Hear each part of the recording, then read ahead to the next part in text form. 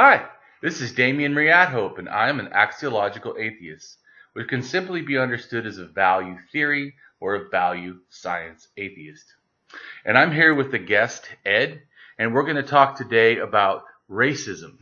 And we're two atheists, and Ed is an ex-racist. Could you go ahead and tell us a little bit about yourself? Hello, I'm Ed, aka the grumpy old dude. I'm an atheist because I find insufficient evidence for a god or gods, and I'm an anti-theist because in my experience, all religions that I've studied have been harmful or dangerous. Right, I'm also an anti-theist and an anti-religionist, and to me, a lot of people confuse the anti-theist. Anti-theist is anti-theism or anti-God in a sense. So any religion that has a God, that would be covered under. But there are a few religions that do not have gods. Those is when for me at least, I'm an anti-religionist because I'm against all religion, gods or no gods. That makes no difference to me. So I think I'm going to have to adopt that for myself. Yeah, well, because I want people to truly know that I'm actually against all of that. So yeah, I make that clarification. So good. Could you go ahead and tell us a little bit about how you got into being a racist, or were you always a racist? Well, I wasn't always a racist. I had, a pretty good upbringing. Not the best, but it wasn't bad, and I was never really exposed to any kind of white supremacy or anything like that. I went to prison when I was 19 years old, and I had already become an atheist by then. I'd already given up Christian beliefs and ideologies and everything else, and there was a group known as World Church of the Creator, and they approached me because they do not believe in any god or gods. They don't believe in heaven or hell or an afterlife or anything like that. But they are a white supremacist religion. They believe that their race is their religion, specifically the white race. Right. And being in prison, there were other groups, the Nation of Islam being one of the biggest ones in New Jersey, and they are outspoken racist. Anybody who is not of African or Asian descent, they want nothing to do with you. They pretty much view white people as devils. They think we are all demons and possessed.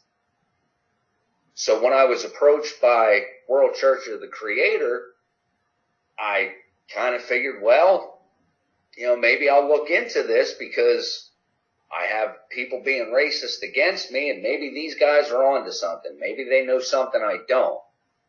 And I kind of fell for the whole religious indoctrination, even though I had just gotten out of religious indoctrination. So could you explain what you mean by that? But real quick, first, can you tell us a little rundown of what the Church of the Creator thinks or believes? Okay, or promotes or whatever? Church of the Creator claims that they believe in nature, history, logic, and common sense. The only problem is, though, their science behind the nature that they claim to believe in is completely false. They kind of twist their ideas about evolution to the point where they try and say that every race is a different species. We're not all human. And that's completely false. But at the time, I didn't really know anything about evolution. And I'm looking at these papers they're giving me that they printed up in somebody's basement, but I didn't know this because they had citations and everything else in there, and it looked legit. And I fell for that. And then their history is completely off. They make claims about history for things that aren't quite accurate, as far as the Roman Empire came to a crashing halt because of Christianity. As I got older and started reading about more history, I realized that Christianity wasn't really at fault for the Romans' fall. Right. That had nothing to do with it. And then, of course, they try and put people like Hitler on a pedestal and say, the world conspired against him because he knew the right direction to take everybody. And it was just one thing after another that didn't add up once you start doing research. And I decided to let that go and follow a different path. And now I'm here today to speak out against things like that. Right. And so how did you become an atheist? You said it happened before that. Yeah. I went to seminary. And once I actually had classes and started studying the Bible in full, I realized that there were so many contradictions and so many untruths that there was no evidence of a God or gods. And I personally never had that personal feeling of warmth and, heard the Lord's voice or anything like that.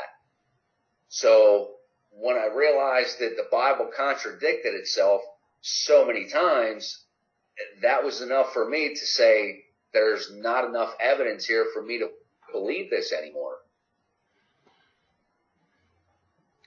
Yeah, I understand. I was in college is when I became an atheist at 35 from learning stuff. So how did you come to the realization that racism was wrong or you was inaccurate to what you wanted to promote? Even when I was in this organization, yeah, and to me, I still refuse to call it a religion. I don't care what they claim. It's a gang. And I never really followed along with, wanting to go out and hurt people just because they were a different race. I don't know. That's just not who I am, And like I said, when I started doing my own studies and research and realized that everything they were telling me was wrong, I had enough of it. And I'm like, listen, I'm done with this. I want no part of this. You're lying about everything that you tell people, and I can't do that. If I'm not going to live honestly, there's no point. And I stepped away. So how long ago was it you stepped away? Let's see, 2020 now, so a little over 11 years ago. So it's been a few days. Yeah. So do you do you feel that it was just the fact of the evidence that made you persuaded that racism is wrong, or did you feel there was any moral compunction against it? Yeah, I think it was both. It's not just that they're racist and their evidence is false. It's the way they treat other people in their own race, the way they treat women, the way they want to try and indoctrinate children. It brought back a lot of memories of Christianity. And I said something to somebody one time like, hey, listen, I get it. That's your kid or whatever, but why wouldn't you let them make up their own mind? And I always got the same response.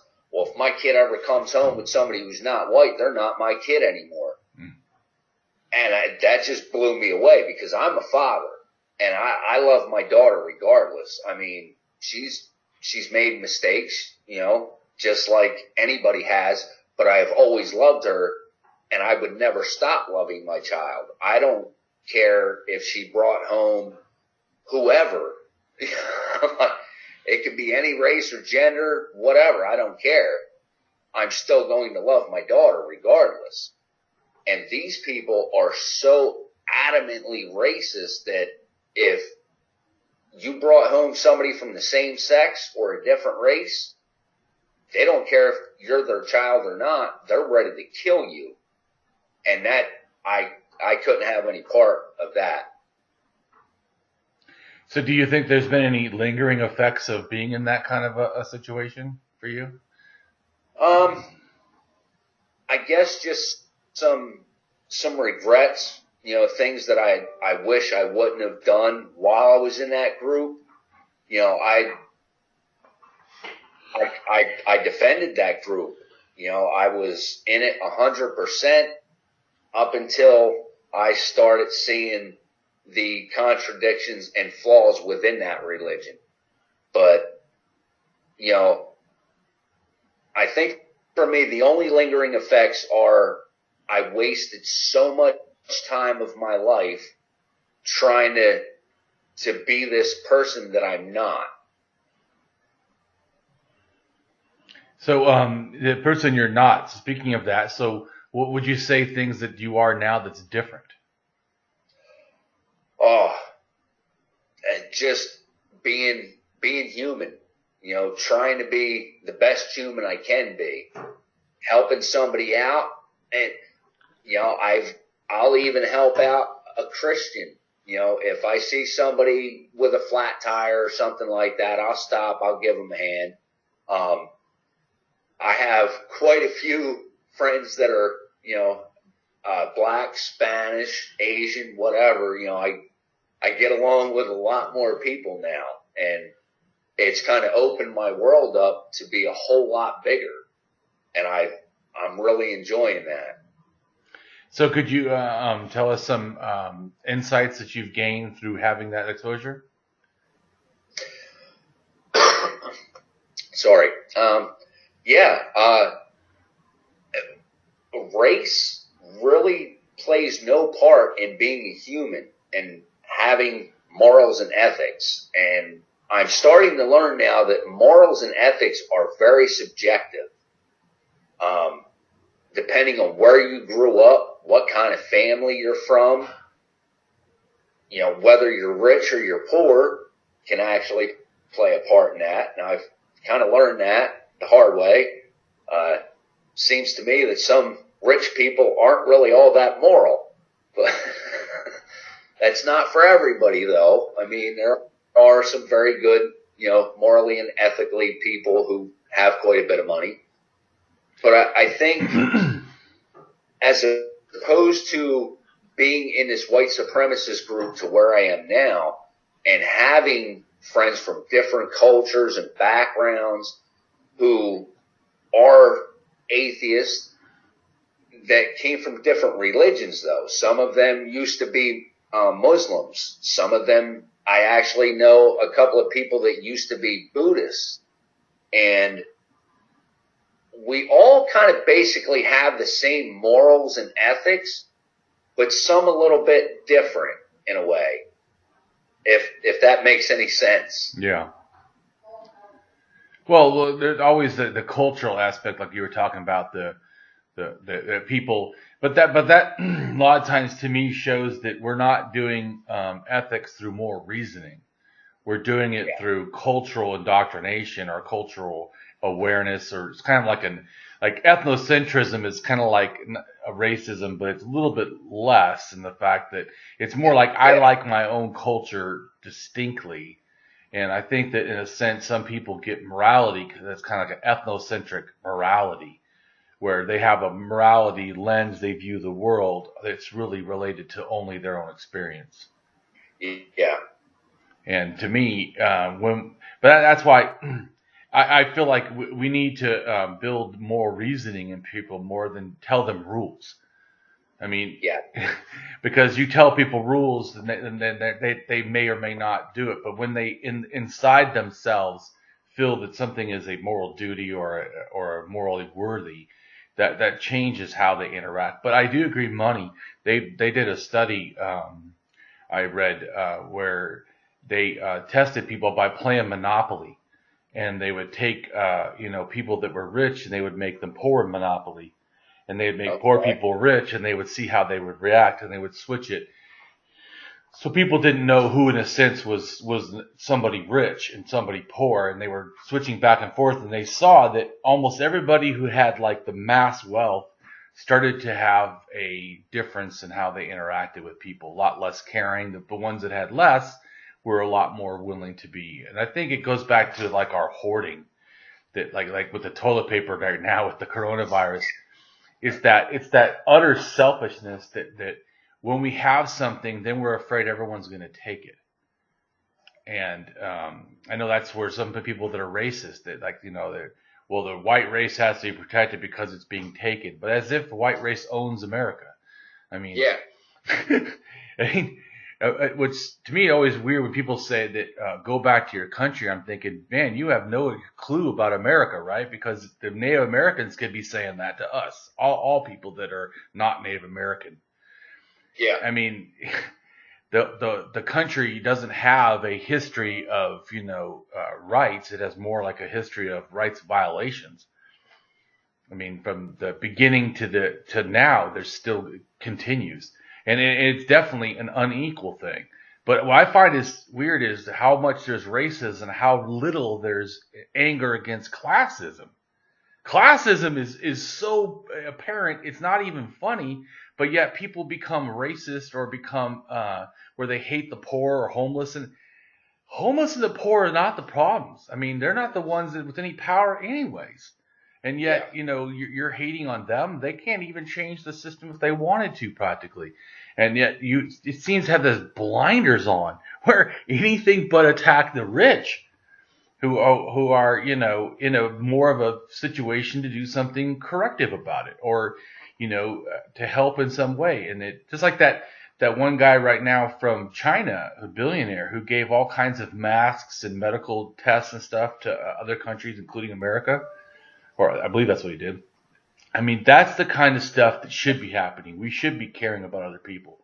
Yeah. I mean, we all have to live here together, whether we like it or not. Yeah. Yeah.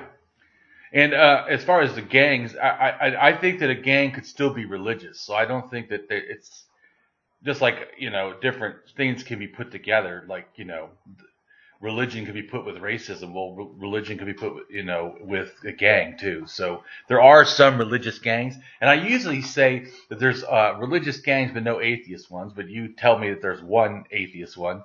And then there's, in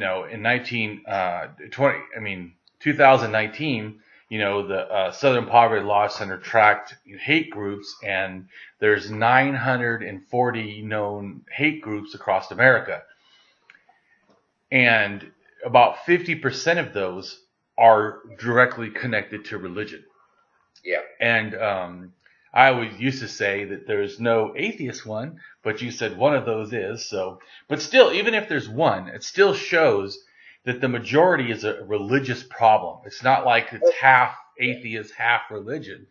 It's half religion and the rest are just hate groups and whatever from, no connected reason, as far as religion, I'm saying. But it's not atheist ones. It's just these people probably are generally still religious.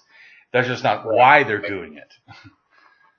Yeah, well, like I know, the Klan, most of them are Baptist, so it's a hate group or a gang or whatever you want to call it, but terrorist group. They still claim to be Christian. Right, yeah. So I'm saying that, but they're not the only one. There's a whole bunch. I went through and read each one that they list on their list, the 900 or whatever, because I wanted to know. Because I had a friend that said he felt that atheism and religion were just equal as far as causing these problems, and I'm like, yeah, that is not accurate. No. No, I'm not saying an atheist cannot be a racist. I've had a couple that I blocked because they were racist. Oh yeah. But the majority, I would say 70% or something, that's not even thinkable. And I think that it goes back to the thing that, at least for me, I can say, for me it goes back to the thing that once I realized I was alone in the world, and I started, only requiring science evidence to support what I believe, then you realize that 99% of all people are the same. There's chimpanzees or bonobos that have more difference than human groups. Yep. And it's just, and like I know from doing all my research for my book, the evolution of religion, that humans start about 300 to 350,000 years ago in Africa. And then about 200,000 years ago in East Africa, we would be considered to be somewhat modern or arcane human. And then, 100,000 years ago or less, all of us end up in South Africa. I mean, like everyone alive today has an ancestor that originates in South Africa, not just any part of Africa, but way down at the bottom. And then started because of some of it had to do with climate change and stuff that was going on. Right. It pushes people, so all these groups go south, and then from there, everybody then goes back out and populates. So it makes. I mean, I wasn't racist before, but it makes me think like, wow, that the evidence shows that we really shouldn't even be feeling that there's things like racist practically because of how much we really are the same. Yeah, and I argued with the guy who was a racialist, which is a little bit different than a racist, but it's its next cousin or whatever. It's leaning that way. It's further than ethnocentrism. It believes in things like race realism, where they think that this one guy was arguing with me like, oh no, I'm not racist, but we can't deny there's the reality of race. I'm like, there's no reality to race. I go, tell me what the scientific, coding for the different races are. There isn't one. There's not one that says. I mean, I've had that argument. I mean, there's some similarities in given areas, but it's not the same as what people are trying to say by race realism. And he was, Jewish and wanted to, attach himself. Well, these Jews are all smart. And I'm like, here we go. Let me say something. Doesn't mean you're smart.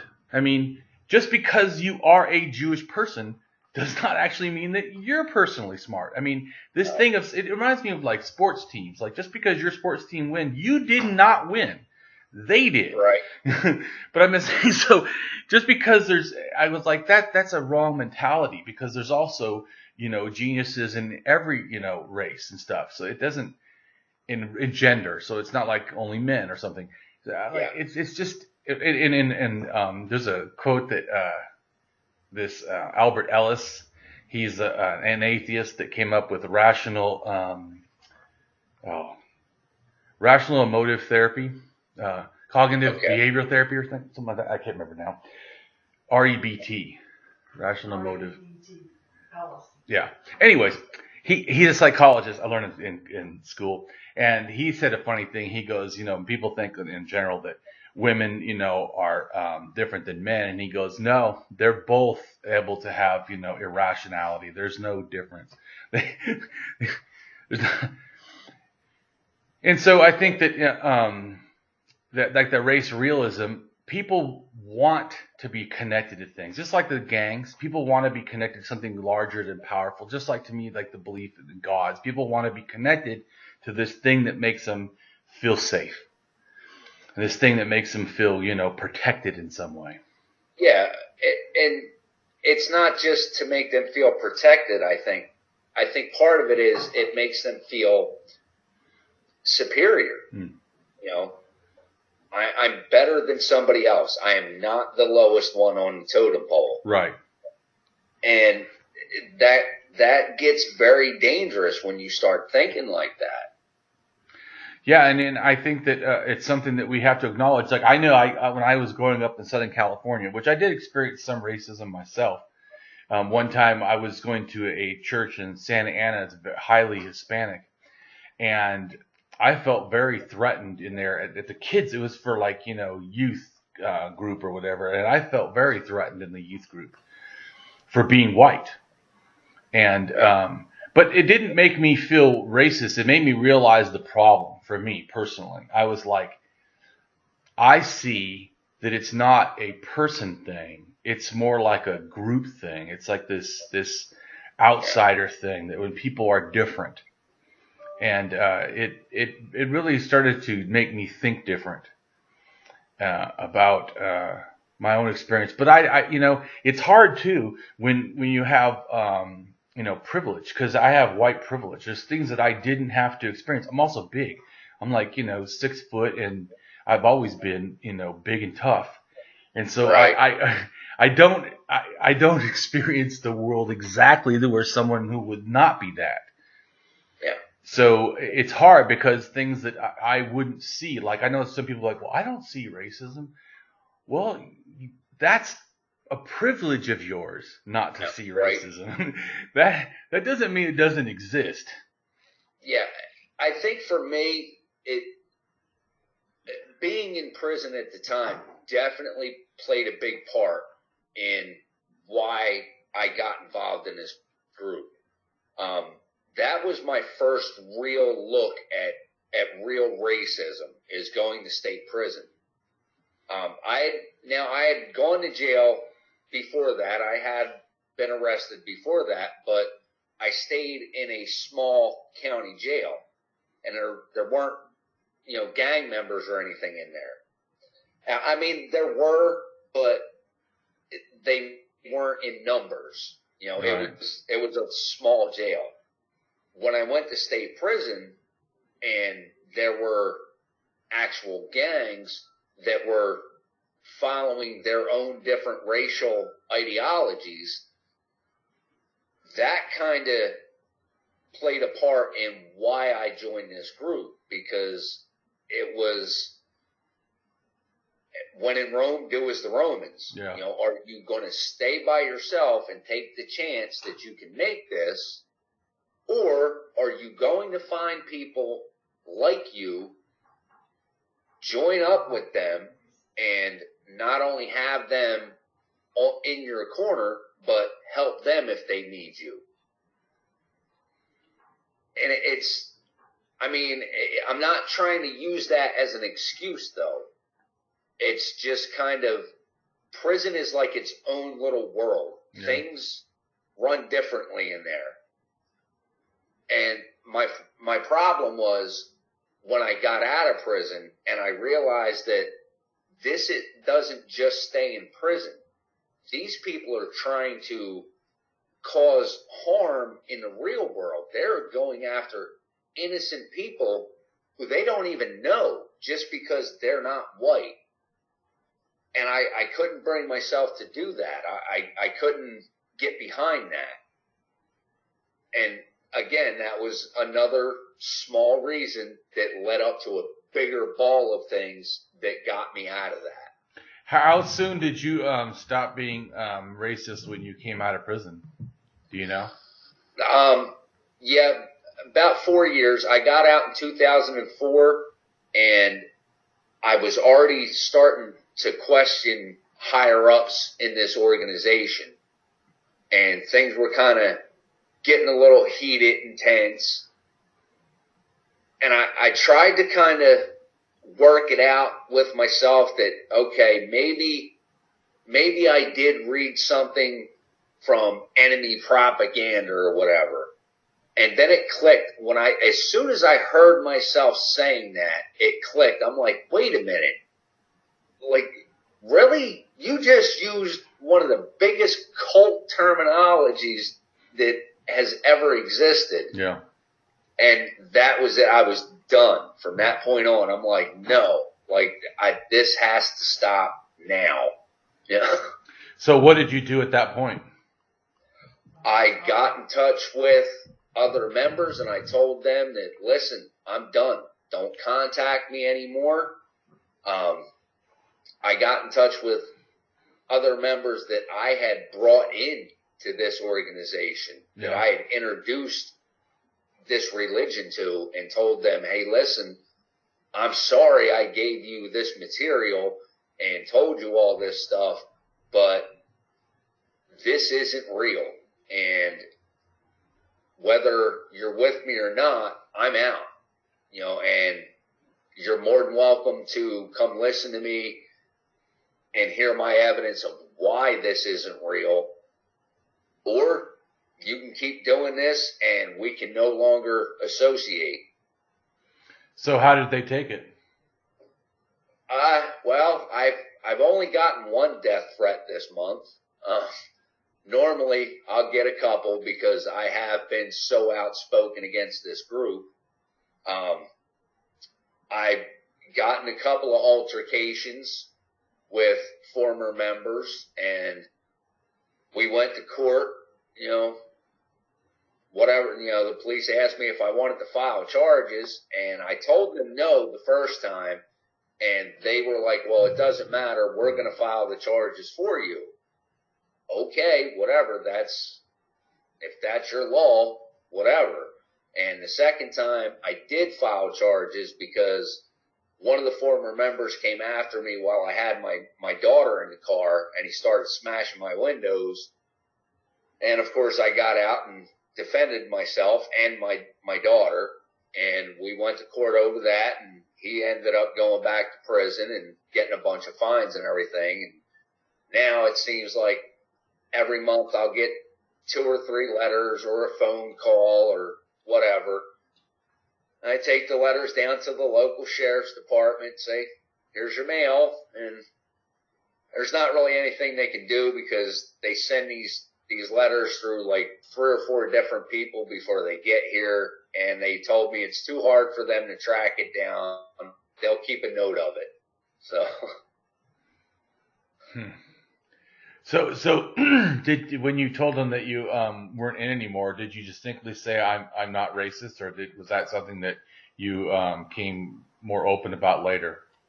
Yeah, no, I told them, like, the only reason I backed up this religion is because you fed me a bunch of false information, and there is no proven scientific evidence to say that black people aren't human, or they are some kind of subspecies of human.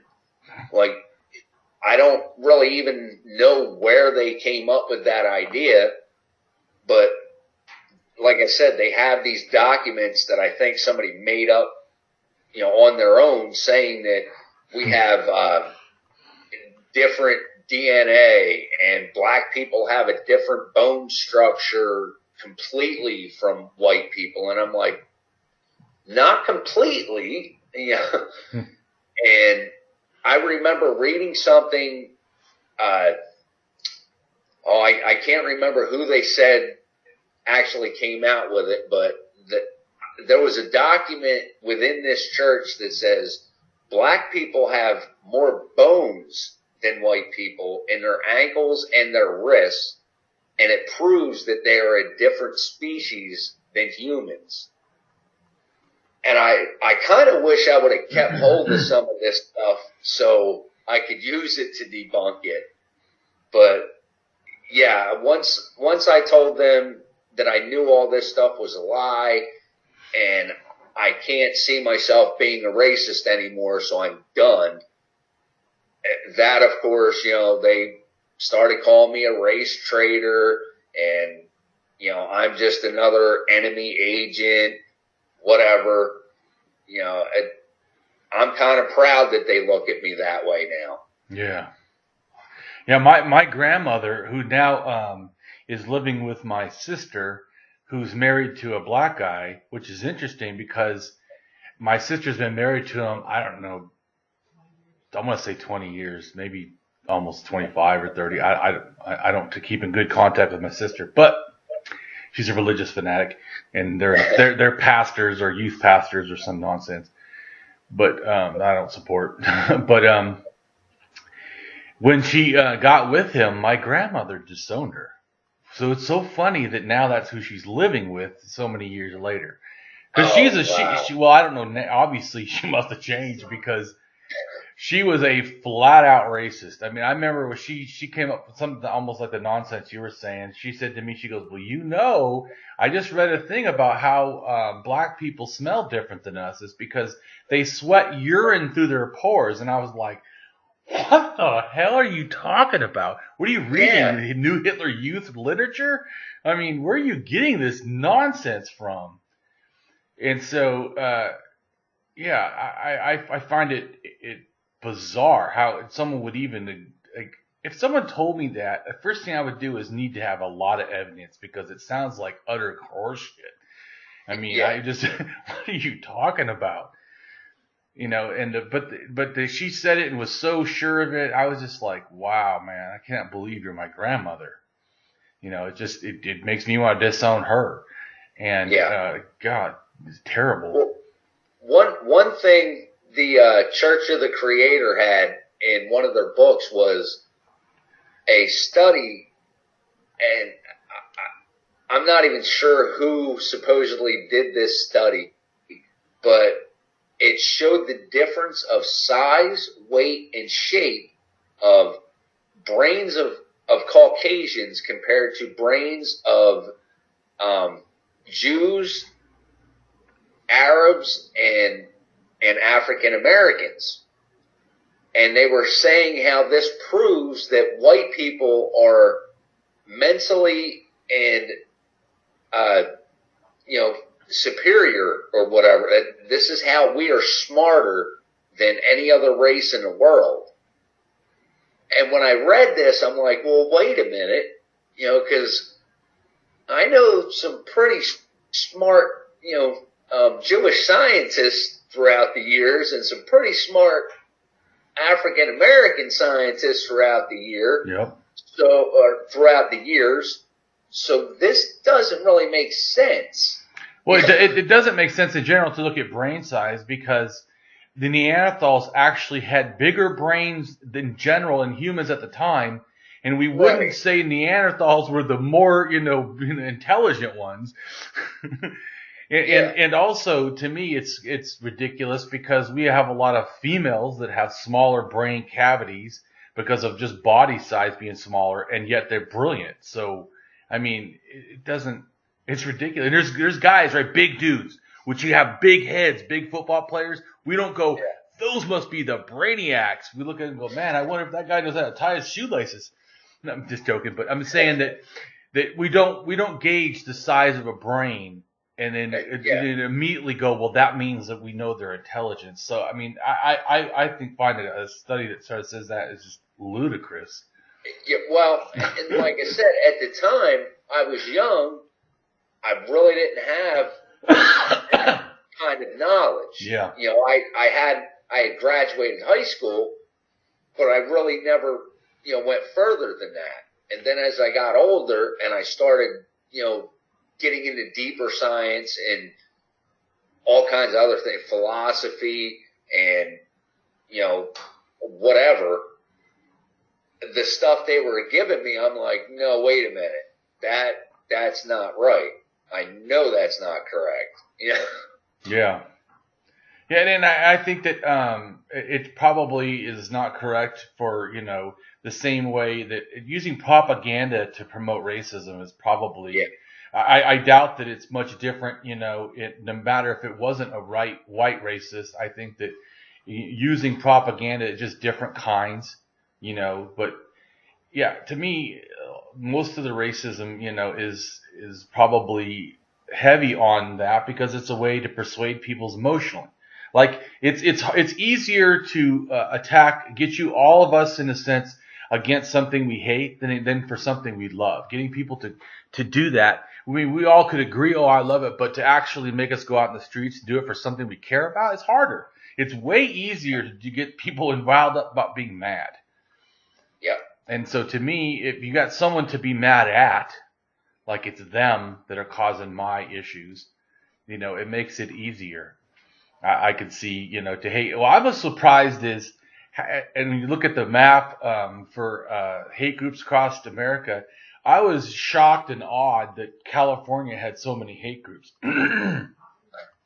Because I grew up in such a multiracial thing, and although there was gangs massively, I experienced some, like the Mexicans seemed to hate the blacks and vice versa, and right. So and Asians seemed to have problems with some people, but I must have been, once again, my own blindness. I just didn't see, and then I see that now it's like, man,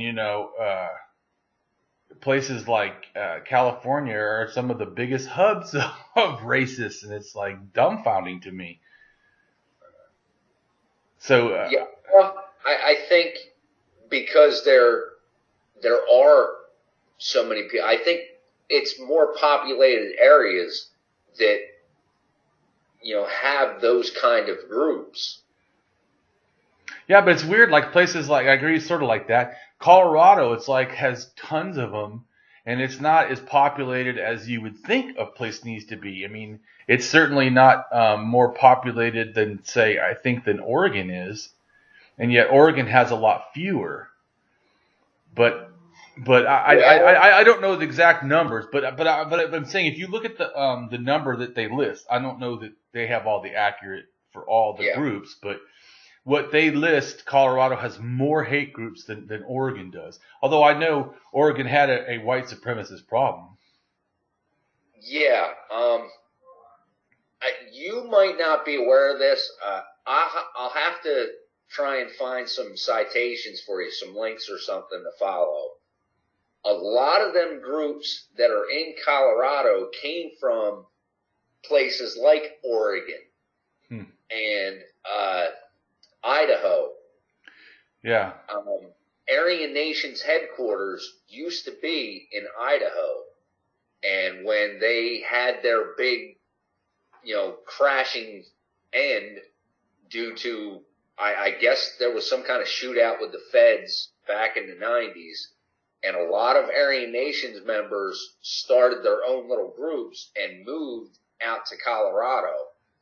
I'm not sure what actually started all that, but I know there was quite a few white supremacist groups that went from Oregon and Idaho and a couple other states to Colorado and Montana for whatever reason. I guess because they're more open spaces and they can claim more land mass out there or something. I'm not even really sure why that happened, but that was pretty much at the end of my involvement with Church of the Creator that a lot of that started happening.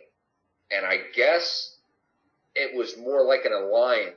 They were kind of all coming together in close proximity and gearing up to, start some kind of race war that never happened because, well, they thought better of that. Yeah, I think that the race war thing is ridiculous. I know that I talked to a guy who was African, and he had some obvious racist friends that I don't know if he realized, because he's from Africa, how really racist these people were. He's like, oh, well, They seem to be fine with me. I'm like, yeah, that's not really how you judge. And then he's like, well, because he was trying to tell people that they should, should leave Christianity so that the population wouldn't drop of white people. And I'm like, who cares if it drops? I mean, someone that doesn't have or does have babies, who cares? I mean, to me, what does that matter? It doesn't even like. But he was trying to, I felt like, reach racists to tell racists to stop being Christian. And then he felt like we should be on the same page. Like me and him, we're both trying to get him to stop Christianity. I'm like, yeah, I'm trying to get him to stop unreason. And I'm trying to stop, this belief in things that are not accurate.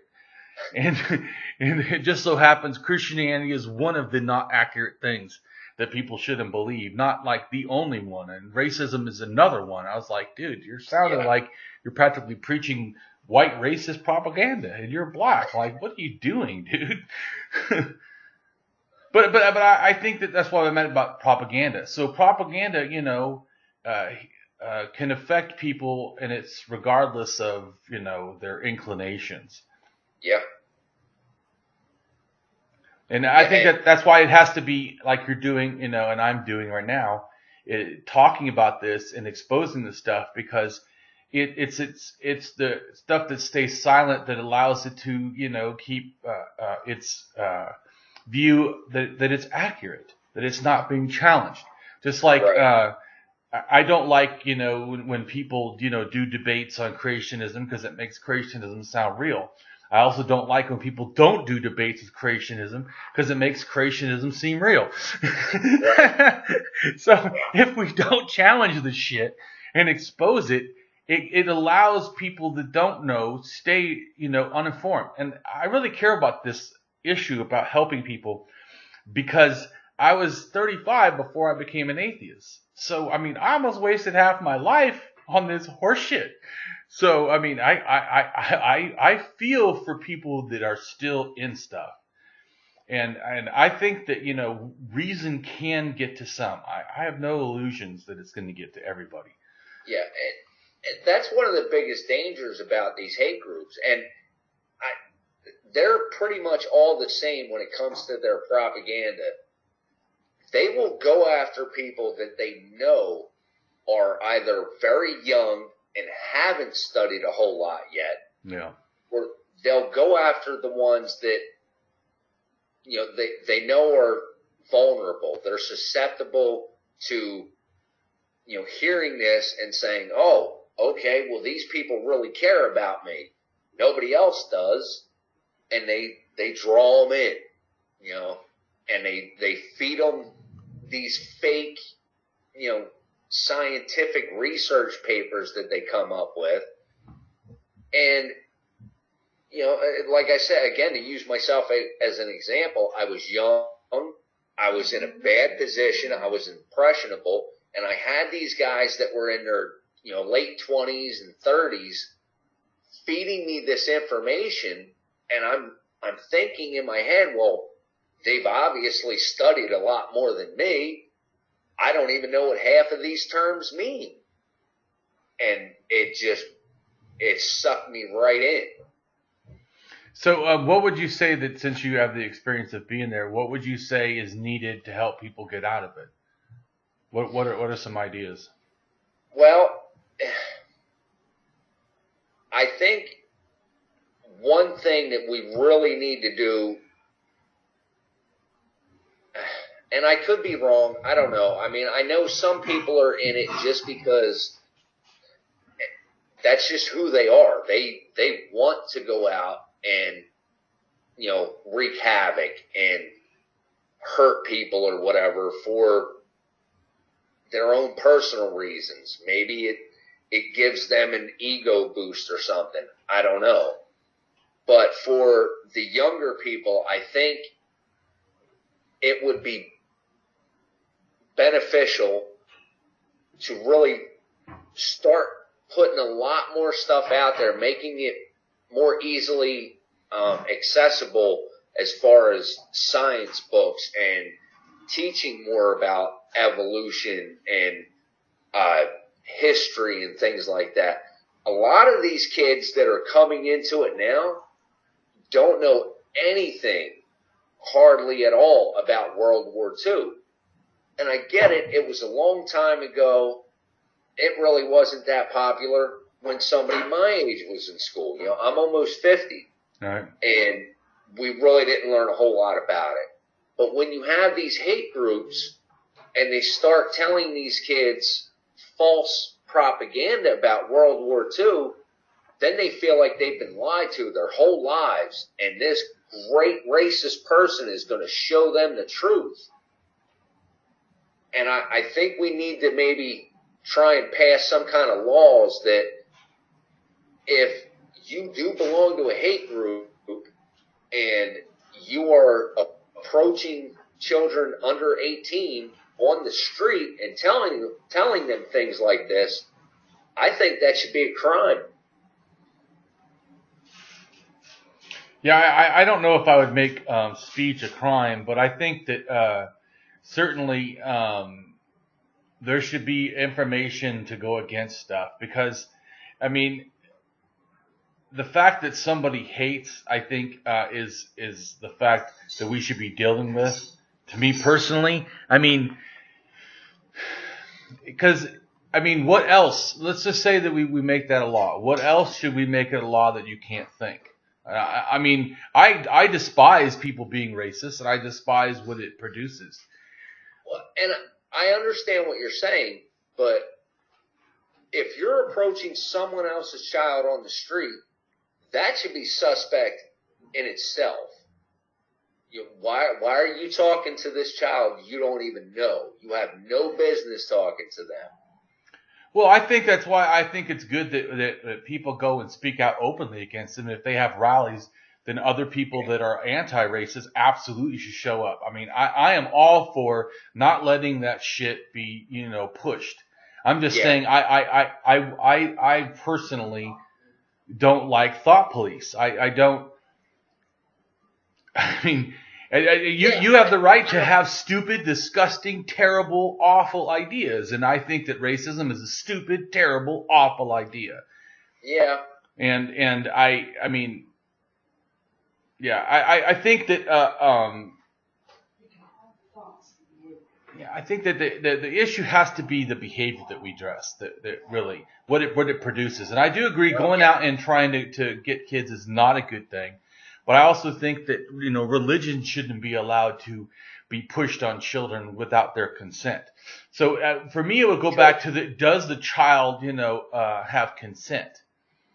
Can they have consent? There's certain ages, obviously, that they not. I mean, I think that's more an issue that we have to address, how kids are educated. And I think that if you give people, reason, to me, it aids them in not having ideas. But I think that they should be exposed as hate groups like they are. And I think that people that promote that, should be seen as doing something, unconscionable. But I wouldn't arrest someone unless they did crimes. And to me, crimes have to do with violations of people or things like that. I mean, just talking to somebody, even if you're saying, unless you're scaring them. I mean, if they're doing threatening behaviors, then that's a behavior that I think, But I mean, people lie. I mean, and so I think that, if they're conning them, in a way to manipulate them and get them to do, horrid acts, well, then it's the horrid acts that I think is the problem. The fact that people get conned in relationships. Could you imagine that if we went out and everyone that got conned?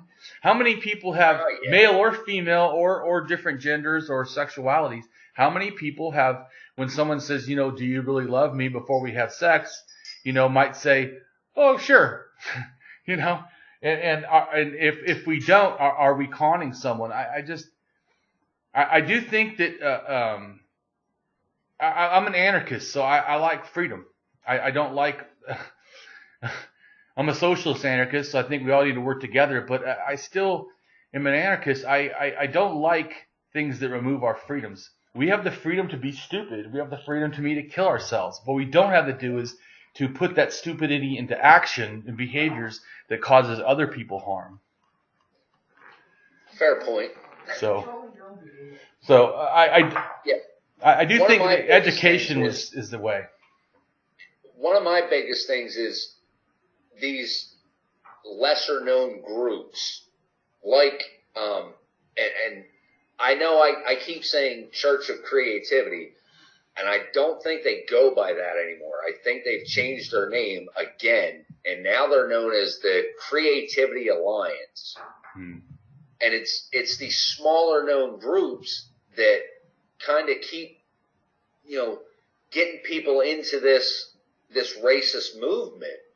And I think we need to start putting the word out there about the lesser known groups. Because if you say the Ku Klux Klan, pretty much anybody in this country is going to know who that is. They learn about that in history class and stuff. Well, they should.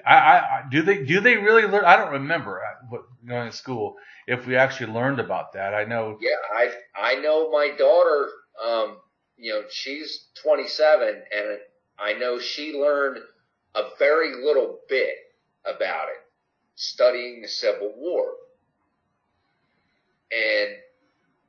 But when you have groups like the one I used to belong to, nobody really knows a whole lot about that. Well, I shouldn't say nobody, but very few people know about the group I used to belong to. And it's scary because they have thousands of members, and they have had members that have gone on shooting sprees and got caught making bombs and all kinds of other violent acts.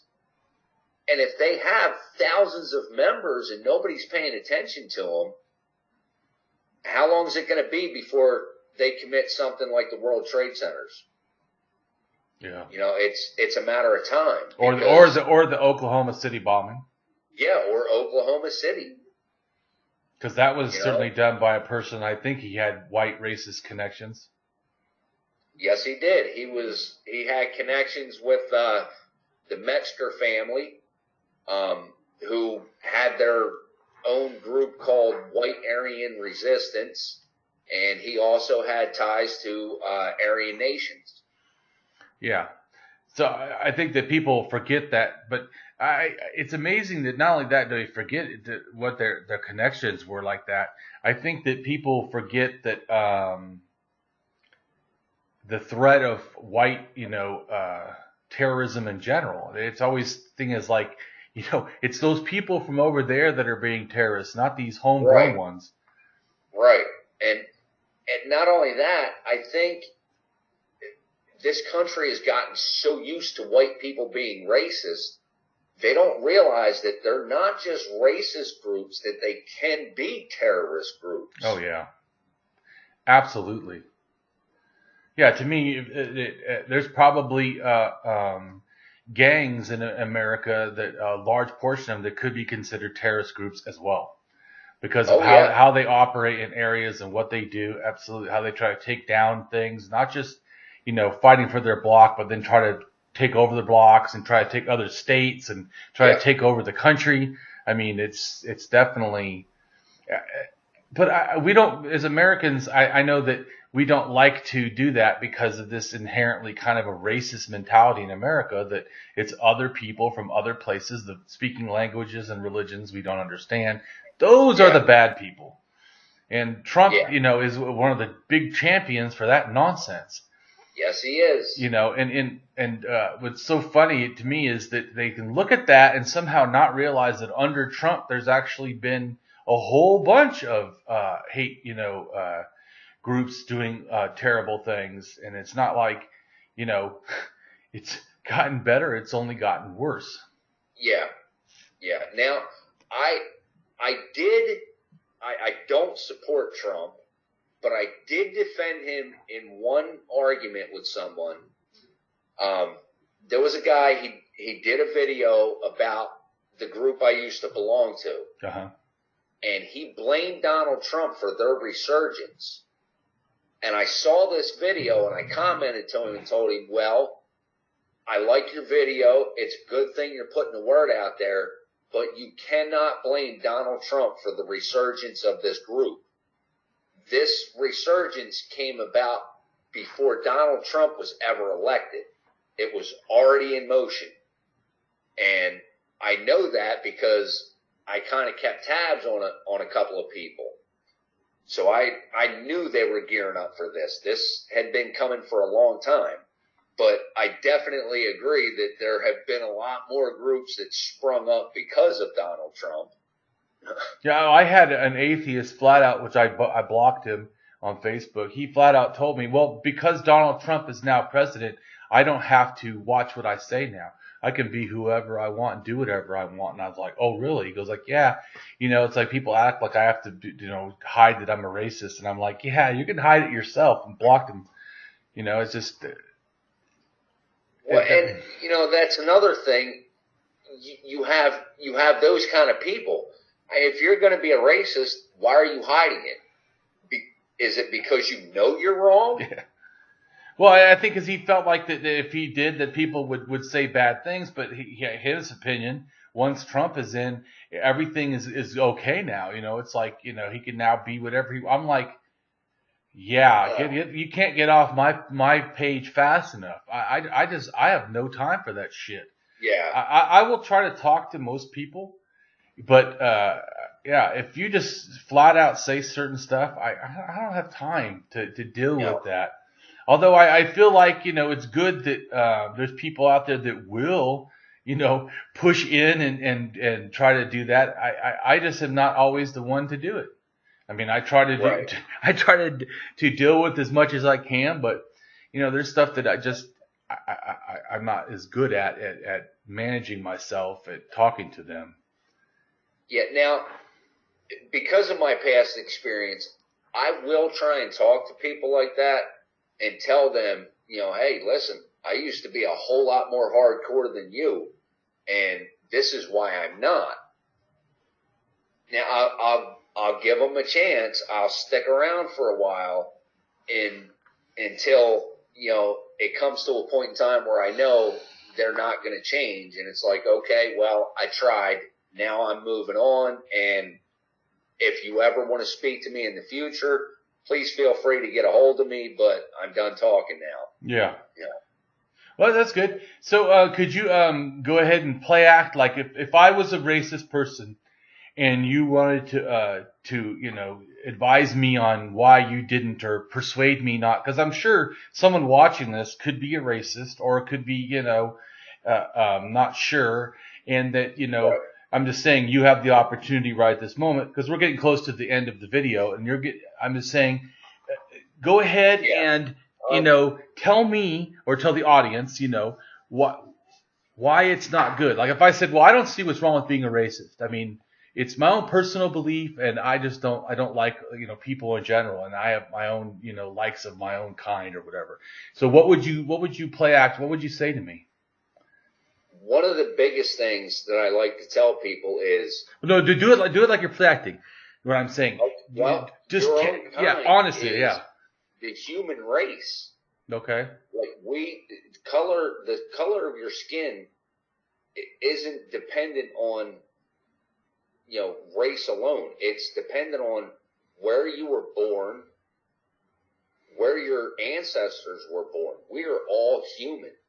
So if you're going to say that you're out for your own, then you need to think about the entire world population. Some people are good, some people are bad. That's just how it is. And it's up to you to make that choice if you're going to be a good person or not. And I can tell you from experience that being a good person and accepting everybody for who and what they are is going to take you a whole lot further in life than being filled with a bunch of hate for unknown reasons. Yeah, I feel like that people, they're missing out. I mean, some of my best friends, are not people that are white, and I know a lot of people are sexist too, and I've learned some of the greatest things in my life from women. My wife being one, that's standing out among all of them, that's actually had an impact in my life that's, unbelievable. I'm able to do stuff online because of my wife. I'm able to, think about logic and reason in a way that wasn't so natural for me. I'm more of a big picture person. So big picture ideas I like to think about, but details I was terrible, and I'm a lot better at details now because of my wife, helping me. And people of other sexualities and other genders, I've been helped by all kinds of people, and it allows me, to expand my humanity, which is kind of what you were talking about. And if we want to feel a part of, because I know like the racists want to feel a part of something or protected or superior, we're humans. We already are a part of. It's that our limited understanding of mind makes us feel we're separated, but that's not accurate. No. And another thing that I like to kind of tell people is, you don't have to go back into religion to feel a part of, because there is an atheist community in this world that is huge. Yeah. And you don't even need to sit down right next to them. You and I are doing this online. We're thousands of miles apart. Yeah. But we're connected. Exactly.